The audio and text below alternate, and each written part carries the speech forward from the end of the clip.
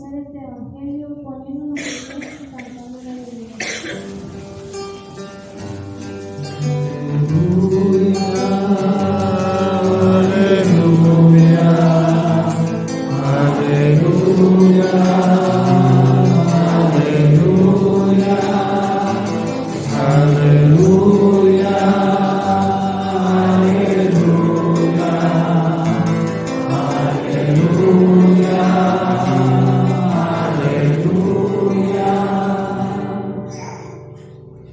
Habla, Señor, porque tu servidor escucha. Tú tienes palabras de vida eterna.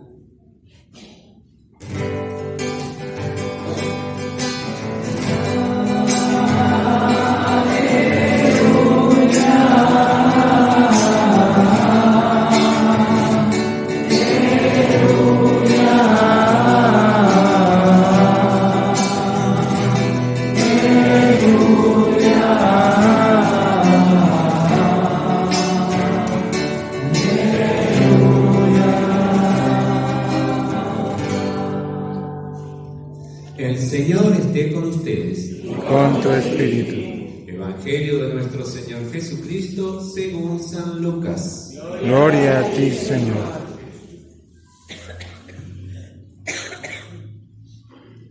Cuando estaba por cumplirse el tiempo de su elevación al cielo, Jesús se encaminó decididamente hacia Jerusalén y envió mensajeros delante de él. Ellos partieron y entraron en un pueblo de Samaria para prepararle alojamiento, pero no lo recibieron porque se dirigía a Jerusalén. Cuando sus discípulos Santiago y Juan vieron esto, le dijeron: Señor, ¿quieres que mandemos caer fuego del cielo para consumirlos? Pero él se dio vuelta y los reprendió, y se fueron a otro pueblo. Mientras iban caminando, alguien le dijo a Jesús: Te seguiré a donde vayas. Jesús le respondió: Los zorros tienen sus cuevas y las aves del cielo sus nidos, pero el Hijo del Hombre no tiene dónde reclinar la cabeza. Y dijo a otro: Sígueme. Él respondió: Señor, permíteme que vaya primero a enterrar a mi padre. Pero Jesús le respondió: Deja que los muertos entierren a sus muertos, tú ve a anunciar el reino de Dios. Otro le dijo: Te seguiré, Señor, pero permíteme antes despedirme de los míos. Jesús le respondió: El que ha puesto la mano en el arado y mira hacia atrás, no sirve para el reino de Dios. Palabra del Señor. Gloria a ti, Señor Jesús.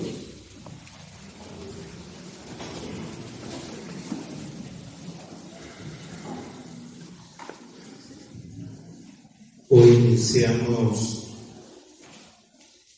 el primer día de novena en honor a nuestra Madre, en la cual rezamos de un modo especial por las familias. Estas familias que, recordemos en su origen, la Iglesia ha nacido en el seno mismo y ha crecido en el seno mismo de las familias. Y testimonio de esto es o son las cartas de Pablo, cuando él mismo envía saludos a la iglesia o a la comunidad que se reúne en la casa o en la familia de fulano o mengano. Es decir, las pequeñas comunidades cristianas van a reunirse en torno o sea, en ese lugar de las familias, para hacer memoria de las palabras y de los hechos del resucitado. Al mismo tiempo, también para la fracción del pan, es decir, para la celebración de lo que hoy llamamos la Eucaristía. Recordemos lo que dirá el libro de los Hechos de los Apóstoles. El Espíritu Santo y el resucitado va a ir confirmando este inicio y comienzo de la Iglesia, hasta ir expandiéndose e impregnando no solo la vida familiar y el hogar, sino también la cultura en la que se desenvolvían cada uno de estos miembros de estas familias que se reunían a hacer memoria de las palabras y hechos de Jesús y para la fracción del pan. Cada uno en su ambiente, al ser transformado e iluminado por las dos mesas, la de la palabra y la de la Eucaristía, que en su origen ya no estaban disociadas y que se ha vuelto a recuperar, llevaban en lo cotidiano y desde allí iban impregnando, quizás no tanto con su mensaje, pero sí con su testimonio, iban impregnando de valores la cultura en la que se desenvolvían. Por eso qué bueno que nosotros al iniciar hoy la novena en honor a nuestra Madre, nos reunamos en torno a estas dos mesas y alimentemos a nuestras familias de la palabra del resucitado y de su presencia en la Eucaristía. La parroquia ya en la comunidad cristiana es el lugar de Dios, es su casa, donde se encuentra y donde se reúne su familia, donde acude su familia para alimentarse y para encontrarse con su Dios, con este Dios que hoy en el Evangelio nos va a decir que cuando llegó el tiempo, es decir, establecido por el Padre, se encaminó decididamente hacia Jerusalén. Es decir, se pone en camino, se pone en movimiento. Y en ese camino, que a lo largo del Evangelio de Lucas será una clave, y para poder entender mejor el Evangelio de Lucas tenemos que tener como trasfondo el pasaje o la escena de los discípulos de Emaús. Lucas va a utilizar la subida de Jesús a Jerusalén como una única subida. Es decir, Él va subiendo hacia Jerusalén. En esa subida Él va curando, Él va anunciando, Él va visitando, pero es un camino que va subiendo hasta llegar a Jerusalén. El punto máximo será la cruz, de la cual descenderá lo más profundo, que es la muerte, para ascender a lo más alto todavía, que es la resurrección.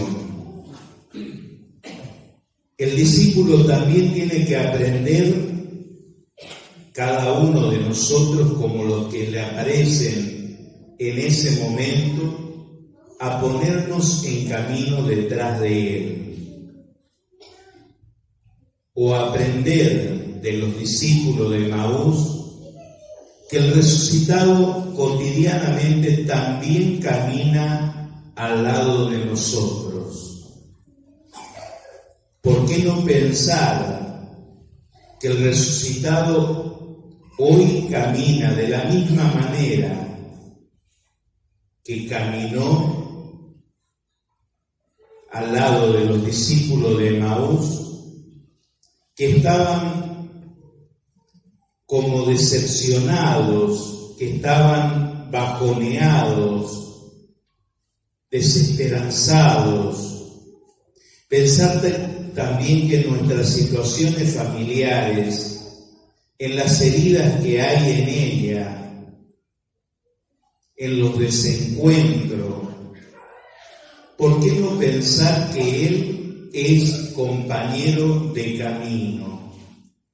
Como así en Amoris Laetitia va a decir el Papa que la mejor compañera de camino para la familia es la palabra de Dios, porque toda ella está poblada de familia, desde el Génesis hasta las bodas del Cordero con su esposa, es decir, el libro del Apocalipsis. ¿Por qué no pensar que Él también quiere hacerse compañero de camino de cada una de nuestras familias? Escuchar a ver qué es lo que le está pasando, por dónde está caminando nuestra familia, qué es lo que le está sucediendo. Pero también tener la docilidad de saber que en algún momento el resucitado nos dirá: hombres duros de entendimiento. Es decir, ¿cómo le cuesta aprender y creer que todo lo que ha sido anunciado y toda la riqueza que Dios le ha dejado es para que ustedes se nutran, se fortalezcan, encuentren su cercanía, su perdón, su misericordia? Como así le dijo a los discípulos de Emaús. ¿Acaso no entendieron la Escritura que Él tenía que morir y resucitar de entre los muertos? ¿Cómo es que le ha costado? ¿Cómo es que le cuesta entender? Es decir, duros de entendimiento, cerrados de corazón. Y a veces también nuestra familia es dura de entendimiento y su corazón está cerrado. Él sigue explicando la Escritura. Dice, hace ademán de seguir adelante, pero ellos lo invitan: quédate porque ya es tarde. En realidad no lo invitan porque lo han descubierto que era el resucitado. Lo invitan por una cuestión de seguridad, porque era peligroso que siga solo el camino. Y en la mesa, cuando pronuncia la bendición, descubren que es el resucitado el que estaba con ellos. ¿Cuántos hermanos, cuántas familias también quizás necesitan de que nosotros le abramos la puerta? No le pongamos trabas como la puerta del fondo. No pongamos trabas, sino que dejemos que las familias y las personas entren, porque en su vida quizás es de noche, y para muchos quizás es muy de noche, y que necesiten de esa claridad del resucitado y de esa presencia. Quizás seamos nosotros mismos lo que necesitamos. Es bueno pensar en los demás y dejar todo preparado para que cuando vengan sientan que es la casa de su Padre, que encuentra en la mesa de su padre y el alimento que su padre le quiere dar, pero no tampoco perder de vista que porque estamos en la casa del Padre, creer y tener la actitud de aquel que cuando se entera que vino el hijo menor, no quiere participar de la fiesta. Porque también Lucas nos escribe la actitud de estos dos hijos y del Padre misericordioso. Uno que siempre estuvo en la casa, pero en definitiva, en lugar de hijo, se sintió esclavo. Porque en el reproche, en el reclamo que le hace al Padre, deja ver claramente que nunca en definitiva lo sintió y lo vivió al Padre como su Padre, sino más bien lo tuvo y se sintió como esclavo. Es decir, nunca lo disfrutó como Padre. Y quizás nosotros, que a veces estamos todo el tiempo, o decimos, nosotros vamos siempre a misa, nuestra familia está, a ver qué imagen de Dios como Padre también tenemos. ¿Será que nos sentimos verdaderamente hijos? ¿O a veces nos sentimos esclavos de ciertas normas o prácticas o costumbres que no nos permiten ponernos en camino y seguir a Jesús? Decía la antífona del Salmo: Señor, tú eres la parte de mi herencia. Es decir, quien considera a Jesús como la meta final de su camino, Dios es la única herencia. Por eso el salmista al final dice: me harás conocer el camino de la vida.